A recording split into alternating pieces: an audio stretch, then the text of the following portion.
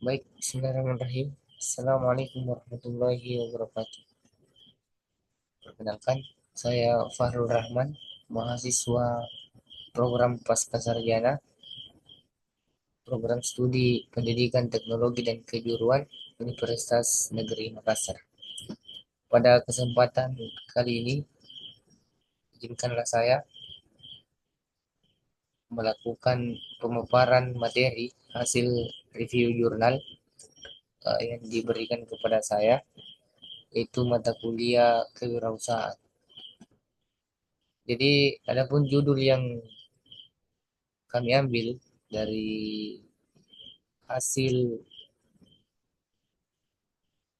jurnal yang kami dapatkan, yaitu terkait dengan analisis keuntungan usaha pada beberapa diversifikasi produk turunan labu madu. Jadi penelitian ini itu dilaksanakan oleh Siti Fadila dan kawan-kawan, itu berangkat dari salah satu IKM yang mengelola produk turunan labu madu yang diduga oleh si peneliti itu masih ada beberapa produk yang melakukan perhitungan kotor. Jadi berangkat dari situ, si peneliti ini ingin membantu untuk menganalisis keuntungan usaha pada beberapa diversifikasi produk turunan labu madu.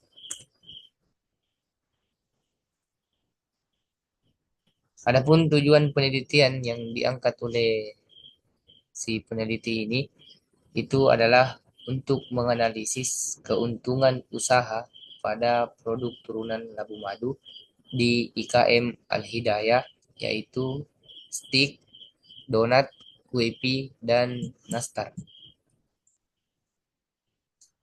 Metode penelitian yang digunakan adalah penelitian deskriptif dengan pendekatan analisis kuantitatif yang menggunakan metode studi kasus.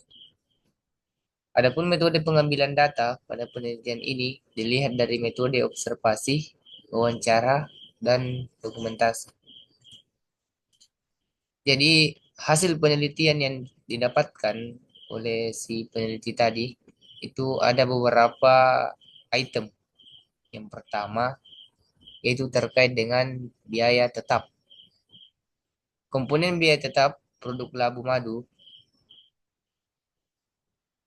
di IKM Al-Hidayah meliputi biaya penyusutan alat, biaya operasional, dan biaya transportasi.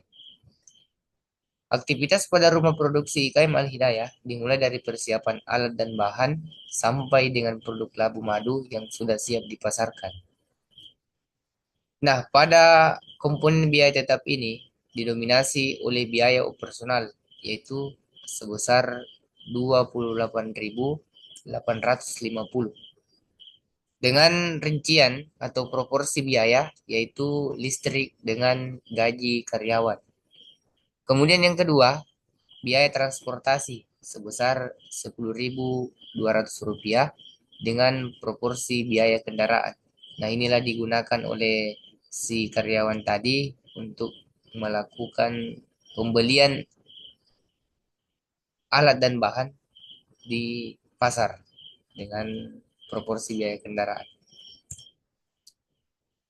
Kemudian yang kedua yaitu terkait dengan biaya variabel. Komponen biaya variabel produk labu madu dalam usaha produk labu madu di IKM Al-Hidayah, komponen biaya variabel terdiri dari bahan baku dan bahan pembantu. Nah, kesimpulan dari biaya variabel yang terdiri dari beberapa produk menunjukkan bahwa biaya variabel dari 4 produk labu madu ini pada IKM Al-Hidayah terdiri dari bahan baku dan bahan pembantu. Total keseluruhan biaya variabel dari 4 produk labu madu pada IKM Al-Hidayah yaitu berjumlah Rp704.233. Jadi biaya variabel ini terkait dengan bahan baku yang akan digunakan nantinya untuk menghasilkan produk olahan labu madu. Kemudian selanjutnya, total biaya produk labu madu. Biaya total adalah jumlah total biaya yang dibebankan untuk menghasilkan suatu barang atau jasa, baik itu produk dengan biaya tetap maupun produk dengan biaya variabel. Besarnya biaya tetap terdiri dari semua produk yang telah dikeluarkan pada produk labu madu di IKM Al-Hidayah adalah pada biaya produk WP, yaitu sebesar Rp280.716. Jadi di antara 4 produk tadi ini, yaitu Nastar, WP, dan sebagainya, yang paling banyak biayanya itu adalah WP dengan nominal sebesar Rp280.716. Nah, kemudian kita masuk kepada analisis penerimaan produk labu madu. Penerimaan merupakan hasil kali antara jumlah produksi fisik dengan harga yang berlaku pada saat itu. Hasil produksi usaha IKM Al-Hidayah terdiri dari beberapa macam produk yaitu stik, donat, kue dan nastar.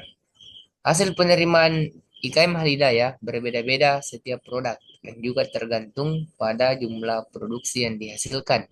Akan tetapi, hasil wawancara dengan pemilik usaha ini, penjualan produk labu madu mengalami peningkatan pada waktu-waktu tertentu, seperti adanya pameran, Lebaran Idul Fitri, Idul Adha, Maulid Nabi, dan hari besar lainnya. Jadi, ini merupakan hasil penjualan tertinggi ketika di waktu-waktu seperti pameran, Lebaran Idul Fitri, dan lain-lain sebagainya. Namun, bukan berarti bahwa di luar daripada hari-hari itu, produk dari IKM Al Hidayah ini yang terdiri dari stik, donat, kue dan nastar itu tidak laku. Tapi si peneliti ini mengatakan bahwa produk yang paling laris atau tingkat peminatnya paling tinggi ketika di hari-hari besar seperti pameran, Lebaran, Idul Fitri, dan lain-lain sebagainya. Kemudian analisis pendapatan produk labu madu. Upaya apapun akan dianggap menguntungkan jika ada korelasi erat antara penerimaan dengan pengeluaran yang memberikan nilai positif. Semakin besar selisih antara penerimaan dan pengeluaran, maka suatu usaha semakin untung. Dapat diketahui bahwa rata-rata besar keuntungan pada produk labu madu yang diterima oleh IKM Al-Hidayah dalam satu siklus produksi dengan hitungan 1 kg per produk, yaitu sebesar 667.352. Nah, inilah yang dihasilkan oleh peneliti untuk menjawab tadi beberapa produk yang masih menggunakan hitungan kotor.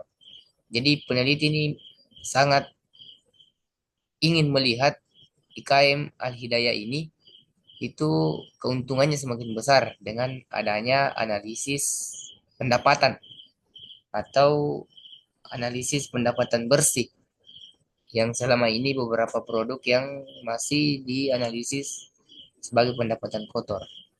Nah, inilah yang bisa dijadikan acuan oleh IKM Al-Hidayah untuk mengembangkan terus usahanya karena satu siklus saja produksinya dengan hitungan 1 kg per produk itu bisa mendapatkan 667.352 rupiah.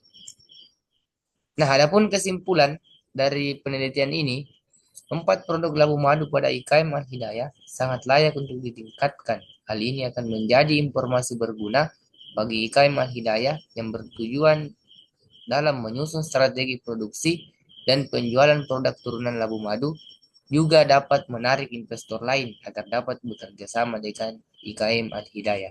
Nah, inilah yang akan dijadikan oleh IKM Al-Hidayah untuk memperluas relasi, memperluas bisnisnya lagi, supaya bisa menarik investor-investor agar dapat berinvestasi di IKM Al-Hidayah ini dalam hal pengembangan produk olahan labu madu ini. Mungkin sekian dari kami. Jadi kami menyadari bahwa di dalam review ini masih banyak kekurangan Maka dari itu, inilah yang kami jadikan suatu pembelajaran untuk bagaimana bisa mereview jurnal secara rinci, secara baik agar dapat diterima dengan baik oleh si pendengar nantinya. Jadi itulah pemaparan dari kami. Lebih dan kurangnya mohon dimaafkan. Assalamualaikum warahmatullahi wabarakatuh.